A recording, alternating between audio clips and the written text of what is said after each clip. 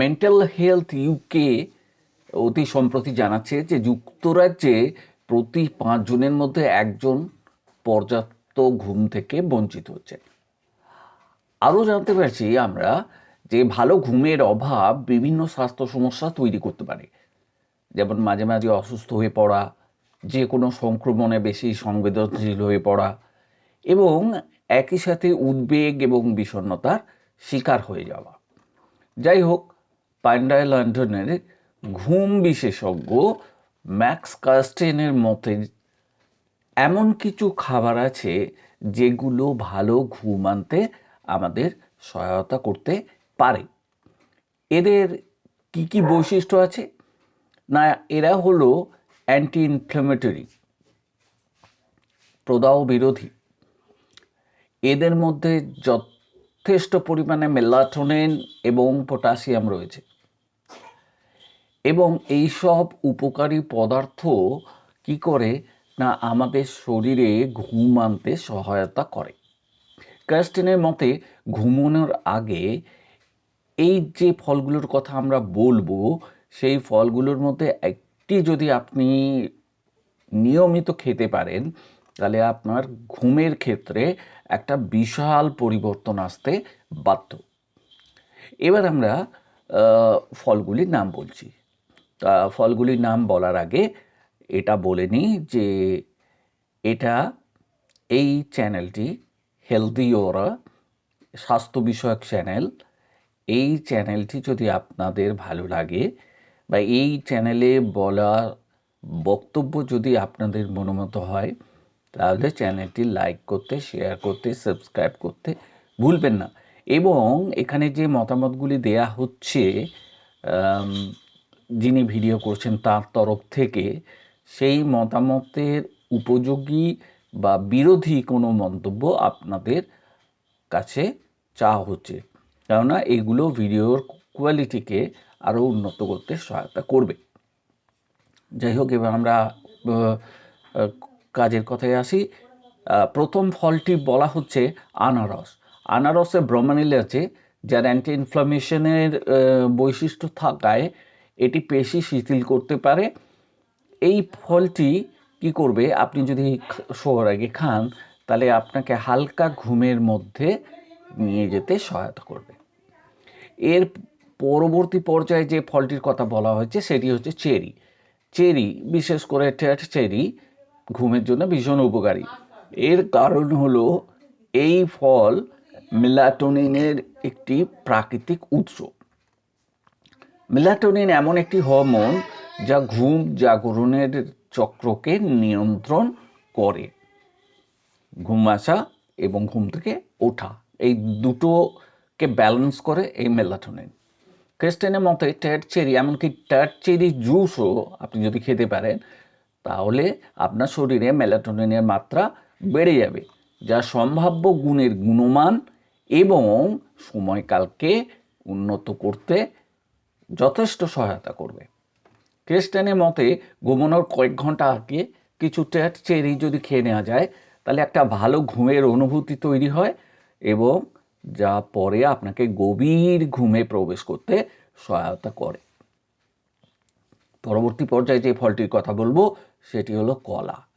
কলাতে আছে ম্যাগনেসিয়াম এবং পটাশিয়াম, যথেষ্ট পরিমাণে আছে এবং এগুলি পেশি শিথিল করতে সাহায্য করে। আর কি করে, ভালো ঘুমকে ডেকে নিয়ে আসে।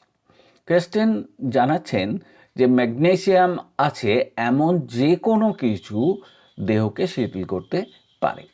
ঘুমানোর আগে কলা খাওয়া এই জন্যে ভালো যে এতে থাকা ট্রিপ্টোফ্যান ঘুমকে গাঢ় করতে পারে এবং গভীর ঘুমের মধ্যে আপনাকে নিয়ে গিয়ে যথেষ্ট আরাম আপনাকে প্রদান করতে পারে।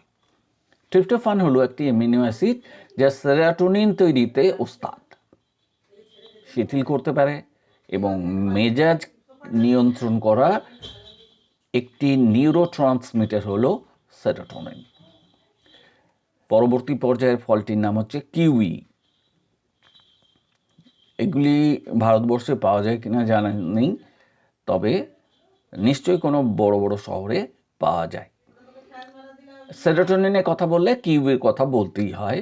সেরোটোনিনের উচ্চ স্তরকে উৎসাহিত করে মানে বুস্ট করে আদর্শ পরিস্থিতি তৈরি করে এই কিউই। আপনি এটি যদি খান আপনি ভালোভাবে ঘুমোতে পারবেন আর অনেক স্বচ্ছন্দ বোধ করবেন আপনি। কিউইর ফলে কি আছে? ভিটামিন সি আছে। এর ফলে ঘুমের গুণমান এবং সময়কাল উন্নত হয়। কমলা লেবু ভিটামিন সি এর বড় উৎস, আমরা সবাই জানি। ক্রেস্টেনের মতে কমলা লেবুতে থাকা ন্যাচারাল সুগার দিনের বেলায় মৃদু শক্তি বৃদ্ধি করতে পারে এবং মেজাজকে কি করে? উন্নত করে। আর ঘুমানোর জন্য যে ক্ষেত্র প্রস্তুত করার প্রয়োজন সেটা খুব ভালোভাবে করে।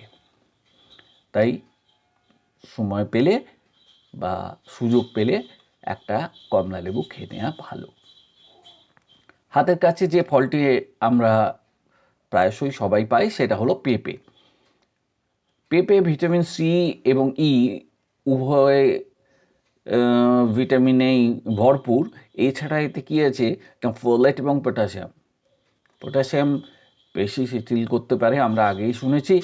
এবং উচ্চ মানের যে বিশ্রাম, মানে আপনি একটা রিল্যাক্সড পজিশনে থাকবেন, এই ব্যাপারটা কিন্তু পেঁপে খেলে হবে।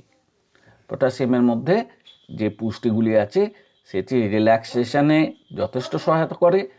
আর কি করে? ব্লাড প্রেশারকে কমাতে পারে, ঘুম আনাকে সহজ করে তোলে।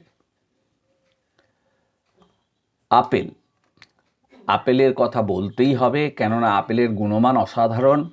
একটা আপেল খেলে ডাক্তার ডাকতে হয় না, এ ব্যাপার সম্পর্কে আমরা জানি।